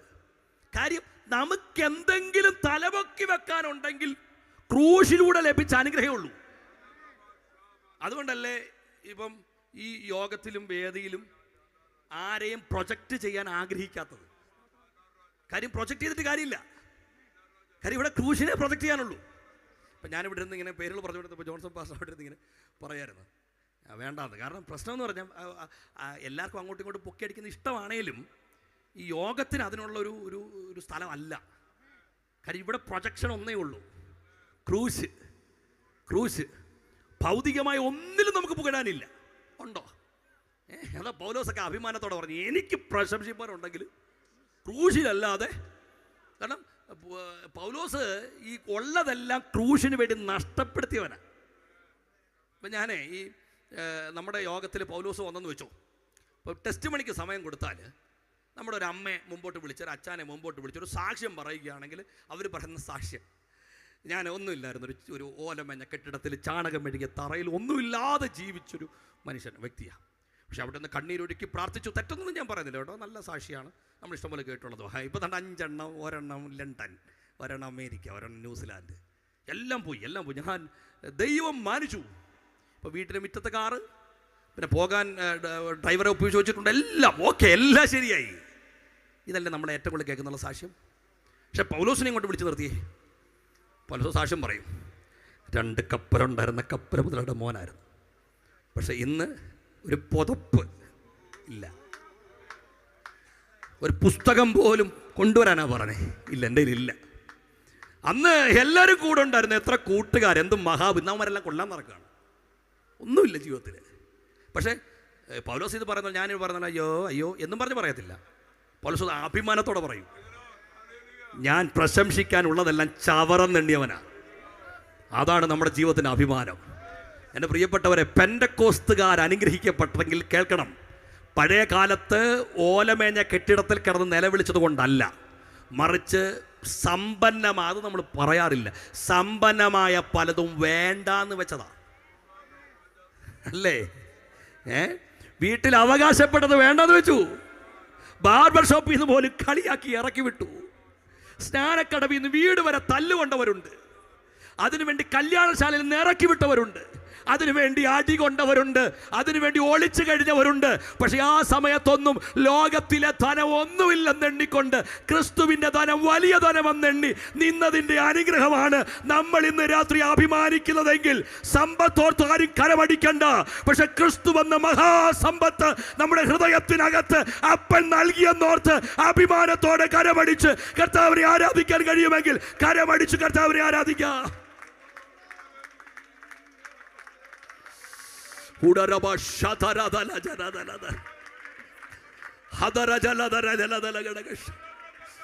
ഇന്ന് രാത്രി ദേശത്തോട് ഞങ്ങൾ വിളിച്ചു പറയുകയാണ്, ഈ ലോകത്തിലേക്കും വെച്ച് ഏറ്റവും വലിയ സമ്പന്നര് ഞങ്ങളാണ്. അദാനിയല്ല, അംബാനിയല്ല, ഈ ലോകത്തിലെ ധനവാന്മാരല്ല, ഞങ്ങളാ. കാര്യം ഞങ്ങൾക്ക് മുന്തിയ കാറുള്ളത് കൊണ്ടല്ല, വലിയ വീടുള്ളത് കൊണ്ടല്ല, ലോകത്തിലേക്ക് ഏറ്റവും വലിയ സമ്പത്തായ ക്രിസ്തു ഞങ്ങളുടെ ഹൃദയത്തിനകത്ത് വന്നു. സമാധാനമില്ലാത്ത ഞങ്ങൾക്ക് സമാധാനം കിട്ടി. ഞങ്ങളുടെ പാപത്തിന്റെ കെട്ട് സ്വർഗം അഴിച്ചു. ഞങ്ങളുടെ ശാപത്തിന്റെ കെട്ട് സ്വർഗം അഴിച്ചു. ഇന്ന് രാത്രി സ്നേഹിത, യേശു നിന്റെ ജീവിതത്തിൽ വന്നാൽ മെഴുകുതിരി കത്തിക്കണ്ട, 1 രൂപ പോലും ചെലവഴിക്കണ്ട. നിന്റെ ജീവിതത്തെ ആകമാനം മാറ്റി മറിക്കാൻ കരുത്തുള്ള ആ മഹാസമ്പത്ത് ഇന്ന് രാത്രി ഞങ്ങൾ ഇവിടെ പ്രസംഗിക്കുന്നു.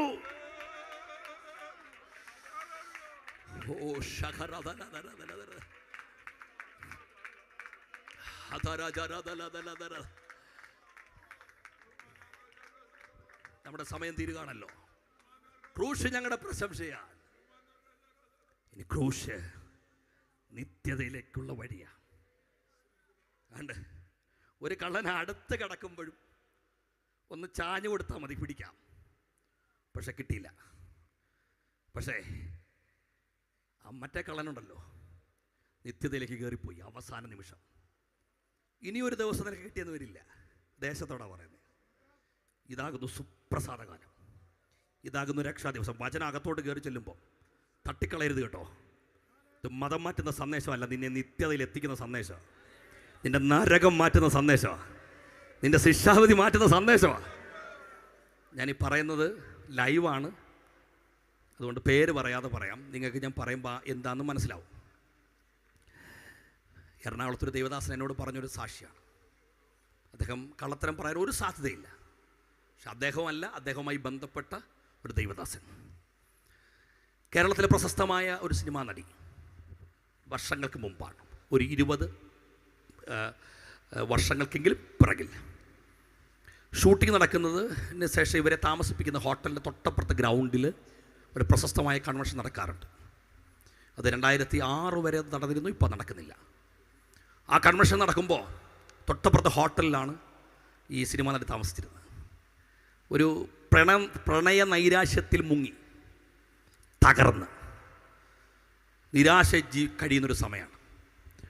പുറത്ത് ബാൽക്കണി വന്നിരുന്നിട്ട് രാത്രിയിൽ ഷൂട്ടിംഗ് കഴിഞ്ഞിട്ട് വന്നതാണ്. അവിടെ ഇരുന്ന് ഇങ്ങനെ സുവിശേഷം കേട്ടു. ഈ സന്ദേശം കേരളത്തിലെ പ്രശസ്തമായൊരു നടിയാണ്. അവിടെ ഹൃദയത്തിനകത്തേക്ക് കയറി. അമ്മയുണ്ട് കൂടെ. അമ്മയോട് പറഞ്ഞു, എനിക്ക് ആ ഉപദേശം കാണണം. അങ്ങനെ പിറ്റേന്ന് രാവിലെ തേടിപ്പിടിച്ച് അവിടെ ചെന്നു. ഉപദേശി സുവിശേഷം പറഞ്ഞുകൊണ്ടിരുന്നപ്പം കണ്ണീരോടെ ആ വചനം ഏറ്റെടുത്തിട്ട് മുട്ടുമ്മേലിരുന്ന് പ്രാർത്ഥിച്ചു. യേശുവിനെ സ്വന്തം രക്ഷിതാവായി സ്വീകരിക്കാൻ ഏറ്റുപറയാൻ നേരം അവരൊരു കാര്യം പറഞ്ഞു. 2 സിനിമയ്ക്കും കൂടെ ഡേറ്റ് കൊടുത്തിട്ടുണ്ട്. അത് കഴിഞ്ഞാൽ 3.5 മാസത്തെ ടൈമേ ഉള്ളൂ. അത് കഴിയുമ്പം വരാം. യേശുവിനെ സ്വന്തം രക്ഷിതാവായി സ്വീകരിക്കും. ഇനി ഞാൻ യേശുവിന് വേണ്ടി ജീവിക്കത്തുള്ളൂ. പക്ഷേ നിർഭാഗ്യം എന്ന് പറയട്ടെ, ഈ സംഭവം കഴിഞ്ഞ് 17-ാമത്തെ ദിവസം കേരളത്തെ ഞെട്ടിച്ച് കളഞ്ഞൊരു വാഹനാപകടത്തിലൂടെ ആ സിനിമാ നടി ലോകം വിട്ട് യാത്രയായി. അന്നായിരുന്നു സമയം. പക്ഷെ അത് അംഗീകരിക്കാൻ പറ്റിയില്ല. ഇന്ന് രാത്രി 1000 മെസ്സേജ് നീ കേട്ടിട്ടുണ്ടാവും. ഇന്ന് രാത്രി നീ കേൾക്കുന്ന ലാസ്റ്റ് സന്ദേശമായിരിക്കും ഈ നെഞ്ചത്തേക്ക് തുളച്ചില്ലെന്ന്. ഒരു കാരണവശാലും തട്ടിക്കളയരുത്. ഇന്ന് നീ മരിച്ചാൽ നിൻ്റെ നിത്യത എവിടെയെന്ന ചോദ്യം അവശേഷിപ്പിച്ചുകൊണ്ട് ഈ പ്രസംഗം ഞാൻ അവസാനിപ്പിക്കുമ്പോൾ നിൻ്റെ ജീവിതത്തിൽ ഇന്ന് രാത്രി സമൂലമായ മാറ്റത്തിൻ്റെ രാത്രിയാകട്ടെ എന്ന് പ്രാർത്ഥിക്കുക. ക്രൂശിൻ്റെ വചനം നശിച്ചു പോകുന്നവർക്ക് ഭോഷത്വമാണ്. 3.5 വർഷം ഒപ്പം നടന്ന യൂദയ്ക്ക് പണസഞ്ചിയായിട്ട് നടന്നു. യേശുവിനെ കാണുമ്പോൾ ചിരിച്ചു, കൂടിരുന്ന് ആഹാരം കഴിച്ചു, കൂടെ യാത്ര ചെയ്തു. പക്ഷേ അവന് ക്രൂശ് ഭോഷത്വമായിരുന്നു. അവൻ നാശമായി തീർന്നു. കൊട്ടാരത്തിൽ ഹെരോദാവിൻ്റെ മുമ്പിലേക്ക് കയറി ചെന്നു. യേശുവിനെ കാണാൻ ആഗ്രഹിച്ചവൻ്റെ മുമ്പിലേക്കാണ്. പക്ഷേ ഹെരോദാവിനത് ശാപമായി. പീലാത്തോസ് ഹെരോദാവും തമ്മിൽ കൂട്ടുകാരായി. പക്ഷേ യേശുവിനെ തള്ളി. 2 എണ്ണത്തിനും ക്രൂശ് ഭോഷത്വമായി. ദൈവത്തിൻ്റെ സ്വന്തം ജനമെന്നറിയപ്പെട്ട ഇസ്രായേൽ, കർത്താവ് പറഞ്ഞു, കോഴി തൻ്റെ കുഞ്ഞിനെ ചിറകിൻ കീഴിൽ മറയ്ക്കും പോലെ നിന്നെ മറയ്ക്കാൻ എനിക്ക് മനസ്സായിരുന്നു. പക്ഷേ അവർ പറഞ്ഞു, അത് ഞങ്ങളുടെ മേൽ വരട്ടെന്നേ. ഇന്നും അവൻ കൊയ്തുകൊണ്ടിരിക്കുകയാണ്. ഇതിനകത്ത് പല ഓപ്ഷൻസ് ഇല്ല, ഓരോ ഓപ്ഷനേ ഉള്ളൂ. ഒന്നുകിൽ നാശം, അല്ലെങ്കിൽ രക്ഷ. ഹല്ലേലൂയ. ഹെരോദാവ് നശിച്ചു, പീലാത്തോസ് നശിച്ചു, ഇസ്രായേൽ തകർന്നുപോയി. എൻ്റെ പ്രിയപ്പെട്ടവരെ, യൂദ കെട്ടി ഞാൻ തത്തു. എന്നാൽ ക്രൂശിൽ കിടക്കുന്ന കള്ളൻ അവസാന നിമിഷം ആ ക്രൂശ് അവൻ അനുഗ്രഹമായി. പറയുമ്പോൾ അഭിമാനം ഉണ്ടെങ്കിൽ കര ഉയർത്തുവോ, കര അട്ടിക്കുകയൊക്കെ ചെയ്യണം. ഒരു കുറേനക്കാരനായ ശീമോൻ, അവൻ ആഫ്രിക്കൻ വംശജനാണ്. അവൻ വയലിൽ നിന്ന് കയറി വന്നേ. അവൻ ഒരാഗ്രഹവും ഇല്ലായിരുന്നു ഇത് ചുമക്കാൻ. പക്ഷെ നിർബന്ധം കൊണ്ട് താപിച്ചു കൊടുത്തു. പക്ഷെ ക്രൂശിനൊരു മഹത്വമുണ്ട്. നിർബന്ധം കൊണ്ടായാലും നിന്റെ മുകളിൽ അതിൻ്റെ അറ്റം വന്നിട്ടുണ്ടെങ്കിൽ നിന്റെ തലമുറ ഉൾപ്പെടെ അനുഗ്രഹിക്കപ്പെടും. ഇന്ന് രാത്രി ഞാൻ എൻ്റെ ബൈബിൾ ഉയർത്തിയിട്ട് അഭിമാനത്തോടെ പറയും, ഇതെടുത്തത് നാശമായെന്നുള്ളവരാരും ദൈവത്തെ ആരാധിക്കണ്ട. പക്ഷെ ക്രൂശ് വന്നത് അനുഗ്രഹമായെന്നുള്ളവർ നാവ് തുറന്ന് ദൈവത്തെ സ്തുതിക്കണം. അരിമത്തയിലെ ജോസഫ് ഉണ്ടല്ലോ, അവൻ രഹസ്യ ശിഷ്യനൊക്കെ ആയിരുന്നു. പക്ഷേ ആരും എടുക്കാനില്ലായിരുന്നു. അവൻ കൊണ്ടുപോയി അവൻ്റെ പുരയിടത്തിൽ പുതിയ കല്ലറെ കൊണ്ടുവന്ന് വെച്ചു. ഞാൻ ചിന്തിക്കായിരുന്നു, ഞാൻ പോയിട്ടില്ലേ, ഫിന്നിച്ചാൻ പോയിട്ടുണ്ടെന്ന് എനിക്കറിയാം, ജോൺസൺ പാസ്റ്റർ എന്തായാലും പോയിട്ടുണ്ടാകും, എന്തായാലും അവിടെ പോയി കണ്ടിട്ടുണ്ട്. അപ്പം ഞാൻ ചിന്തിക്കായിരുന്നു, സത്യം പറഞ്ഞാൽ ഇവൻ രഹസ്യ ശിഷ്യനായിട്ട് പോലും ക്രൂശിക്കപ്പെട്ട യേശുവിൻ്റെ ശരീരം വെക്കാൻ വേണ്ടി അവൻ്റെ കല്ലറ തുറന്നു കൊടുത്തപ്പോൾ 2026 വർഷം കഴിഞ്ഞിട്ട് ഇപ്പം അവൻ്റെ കല്ലറ കാണാൻ ആൾ പോവാണ് അവൻ്റെ പുരയിടത്തിലോട്ട്. അപ്പം ജീവനുള്ള ക്രിസ്തു ഹൃദയത്തിനകത്തോട്ട് വീണാൽ എണ്ണ അഭിമാനമായിരിക്കും നമ്മുടെ ജീവിതം. മഗ്ദലക്കാരത്തി മറിയുണ്ടല്ലോ, അവൾ പാപം ചെയ്തവളാ. പക്ഷേ അവൾ പറഞ്ഞു, ഞാൻ കൊണ്ടുപോകാം യേശുവിനെ, ആർക്കും വേണ്ടായോ, ഞാൻ കൊണ്ടുപോകാം. ഇന്ന് രാത്രിയിലും അവളെ പ്രസംഗിക്കുന്നു. സന്തോഷത്തോടെ ദൈവത്തിന് സ്തോത്രം ചെയ്തേ. ഇത്രയും കാര്യത്തിന് സ്തോത്രം പറഞ്ഞില്ലെങ്കിൽ ഇനി ഞാൻ പറയാൻ പോകുന്ന കാര്യത്തിന് അഭിമാനമുണ്ടെങ്കിൽ ദൈവത്തെ സ്തുതിക്കണം. ഈ ക്രൂശ് എൻ്റെ ജീവിതത്തിൽ അനുഗ്രഹമായി. ബെന്നി പാസ്റ്റർ സാക്ഷ്യം പറഞ്ഞു, ജയിലറെ കിടന്ന മനുഷ്യനെ പൊക്കിയെടുത്തോണ്ട് വന്ന് ഇത് പ്രസംഗിപ്പിച്ചത് ക്രൂശാണ്. എന്നെ ഇത് പ്രസംഗിപ്പിച്ചത് ക്രൂശാണ്. ഇവിടെ ഇരിക്കുന്ന പലരെയും മെരുക്കിയെടുത്തത് ക്രൂശാണ്. ഇന്ന് രാത്രി ആ ക്രൂശിന്റെ ശക്തി ഇതിനകത്ത് വ്യാപരിച്ചുകൊണ്ടിരിക്കുമ്പോൾ ക്രൂശിന്റെ വചനം നശിച്ചു പോകുന്നവർക്ക് ഭോഷത്വം, രക്ഷിക്കപ്പെടുന്ന നമുക്കോ ദൈവശക്തി. ഇന്ന് രാത്രി ആ കാൽവറിയിലെ രക്തത്തിന്റെ ശക്തി അകത്തു വ്യാപരിക്കുന്ന പ്രിയപ്പെട്ടവര് നാവ് തുറന്ന് അഭിമാനത്തോടെ കരമടിച്ച് അല്പസമയം നാവ് തുറന്ന് ദൈവത്തെ ആരാധിക്കട്ടെ.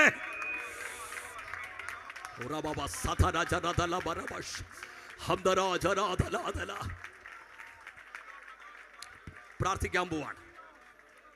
ഒരു ചോദ്യം പരിശുദ്ധാത്മാവ് ഇന്ന് രാത്രി ചോദിക്കാൻ ആഗ്രഹിക്കുന്നു. ക്രൂശിൻ്റെ വചനം നശിച്ചു പോകുന്നവർക്ക് ഭോഷത്വം, രക്ഷിക്കപ്പെടുന്ന നമുക്ക് ദൈവശക്തി. രക്ഷിക്കപ്പെട്ട ദൈവമക്കൾ അതിനകത്തിരിക്കുന്നേ. എനിക്ക് വേണ്ടി ഇത്രമാത്രം ത്യാഗം സഹിച്ച എൻ്റെ കർത്താവ് തിരിച്ചൊന്നും കൊടുക്കാൻ എനിക്ക് പറ്റിയിട്ടില്ല, പ്രസംഗിക്കുന്ന ഞാൻ ഉൾപ്പെടെ. പക്ഷേ ഇനിയൊരു ജീവിതം കർത്താവ് എനിക്ക് ശേഷിപ്പിച്ചാൽ ഈ കർത്താവിനെ അധികം ഞാൻ സ്നേഹിക്കും, അധികം ഞാൻ സ്നേഹിക്കും. അങ്ങനെ താല്പര്യമുള്ളവരെ കരങ്ങളൊന്ന് ഉയർത്തിപ്പിടിച്ചാട്ട് കരങ്ങൾ ഉയർത്തിപ്പിടിച്ച് ഇവിടുന്ന് എഴുന്നേറ്റ് നിന്ന് നമ്മൾ ഒരുമിച്ച് പ്രാർത്ഥിക്കാം. കാലിന് പ്രയാസമുള്ളവരുണ്ട്, ശാരീരികമായ ബുദ്ധിമുട്ടുകളുള്ളവരുണ്ട്.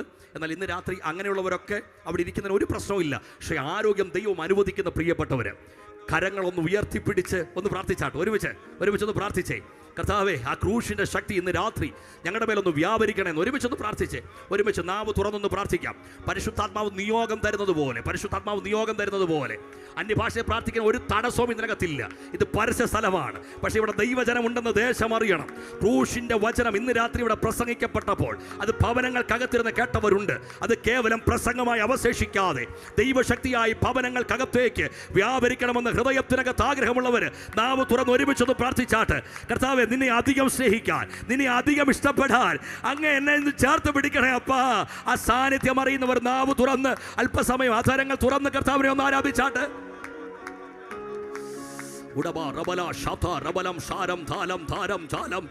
ഈ പന്തലിനകത്ത് മറ്റൊരു ശബ്ദവും വേണ്ട. ഒരു 5-6 മിനിറ്റിനുള്ളിൽ ഈ മീറ്റിംഗ് അവസാനിക്കും. പക്ഷെ ദയവ് ചെയ്ത് പുറത്തിറങ്ങി പോകാതെ അവിടെ നിന്നുകൊണ്ട് ആത്മനിറവിൽ ദൈവത്തെ ആരാധിക്കാൻ കഴിയുമെങ്കിൽ അതരങ്ങൾ തുറന്ന് അല്പസമയം ദൈവത്തെ ഒന്ന് ആരാധിച്ചാട്ട്. നാവ് തുറന്ന് ദൈവത്തെ ആരാധിച്ചാട്ട്. ഇന്ന് രാത്രി മുമ്പോട്ടൊന്നും വിളിക്കുന്നില്ല, സമയം പോയി. പക്ഷേ രോഗികളായി ഭാരപ്പെട്ട് അകത്തു വന്ന സഹോദര, ആ പാപക്ഷമ ക്രിസ്തുവിൽ, ആ രോഗസൗഖ്യം ക്രിസ്തുവിൽ, ആ ശാപമോചനം ക്രിസ്തുവിൽ, ആ നിത്യതയിലേക്കുള്ള വാതിൽ ക്രിസ്തുവിൽ ഇന്ന് രാത്രി പ്രസംഗിച്ചുകൊണ്ടിരിക്കുമ്പോൾ തന്നെ ശരീരത്തിൽ അനുഭവിക്കുന്ന രോഗത്തിന്റെ കെട്ടുകൾ യേശുവിന്റെ ശക്തിയാൽ, ക്രൂശിന്റെ ശക്തിയാൽ ഇന്ന് രാത്രി അഴിഞ്ഞു മാറുകയാണ്. സാക്ഷാൽ വേദനകളെ ചുമന്നവൻ അവന്റെ അടിപ്പിടരാൻ നിങ്ങൾക്ക് സൗഖ്യം വന്നിരിക്കുന്നു എന്നുള്ളത് ദൈവത്തിന്റെ വചനമാണെങ്കിൽ ഇന്ന് രാത്രി ഇത് പറഞ്ഞുകൊണ്ടിരിക്കുമ്പോൾ തന്നെ ശരീരത്തിനകത്ത് ദൈവിക സൗഖ്യം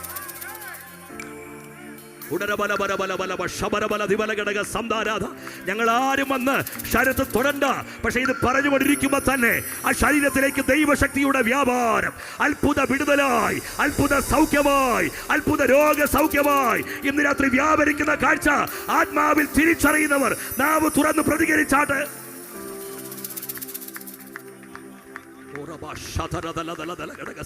നാളുകളായി കുടുംബങ്ങൾക്കകത്ത് ശാപത്തിന്റെ കുരുക്കെട്ട് പോരാടുന്ന ദുഷ്ടന്റെ വ്യാപാരങ്ങൾ, ആ കുരുക്കഴിച്ച് സ്വർഗം ചിലതിനെ പുറത്തു കൊണ്ടുവരിക. ആ ശാപത്തിന്റെ കെട്ടുകൾ ഇന്ന് രാത്രി മടത്തറ കൺവെൻഷന്റെ 3-ാം രാത്രി സ്വർഗം ഇന്ന് രാത്രി അഴിച്ചു മാറ്റുക. അത് ആത്മാവിൽ തിരിച്ചറിയുന്നവർ തലമുറകളുടെ മേൽ ശത്രു വച്ച നുഖങ്ങൾ, ഭവനങ്ങൾക്കകത്ത് ശത്രു പോരാടിയ പോരാട്ടങ്ങൾ, ആ ഊരാ കുടുക്കുകൾ യേശുവിന്റെ നാമത്തിൽ ഇന്ന് രാത്രി തകരട്ടെ. ഞങ്ങൾ ഒരുമിച്ച് അങ്ങേ ആരാധിക്കുന്നപ്പാ, ഒരുമിച്ച് അങ്ങേ ഉയർത്തുന്നു. ഇന്ന് രാത്രി കേട്ട വചനം, ക്രൂശിന്റെ വചനം ഞങ്ങളുടെ ജീവിതത്തിൽ വിടുതലായി, സൗഖ്യമായി വ്യാപരിച്ചതിനാൽ സ്തോത്രം. കർത്താവ് അനുഗ്രഹിക്കണമേ. യേശു ക്രിസ്തുവിൻ നാമത്തിൽ പ്രാർത്ഥന കേൾക്കണമേ. നല്ല പിതാവേ.